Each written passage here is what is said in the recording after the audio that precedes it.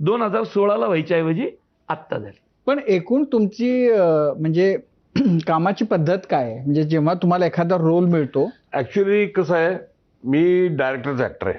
म्हणजे नाटकात असो, सिरियलमध्ये असो, सिनेमात असो.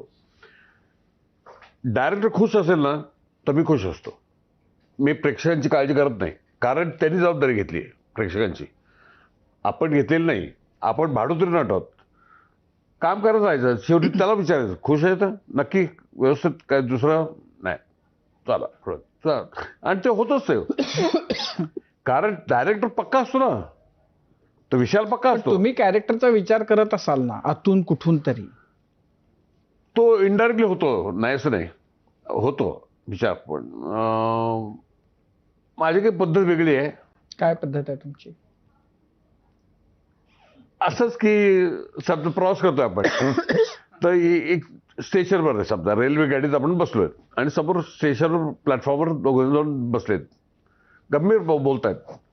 हे काय बोलत असतील असा विचार मी करतो.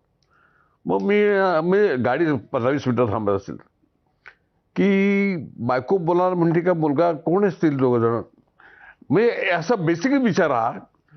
नवरा बायको दिसलं तर मग काय याचा प्रॉब्लेम काय असेल, मग पैसा आहे का नाही याच्याकडे, आहे म्हटलं तर म्हणजे काय होतं, शेवटी एक्सप्रेशन्स ते असतात ना.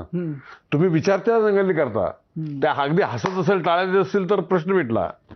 पण अगदी सिरियस असतील, गंभीर, तर काय यांच्या आयुष्यात प्रॉब्लेम असेल, हा एक विचार आपण करत राहील तर तुम्हाला खूप गोष्टी सापडतात.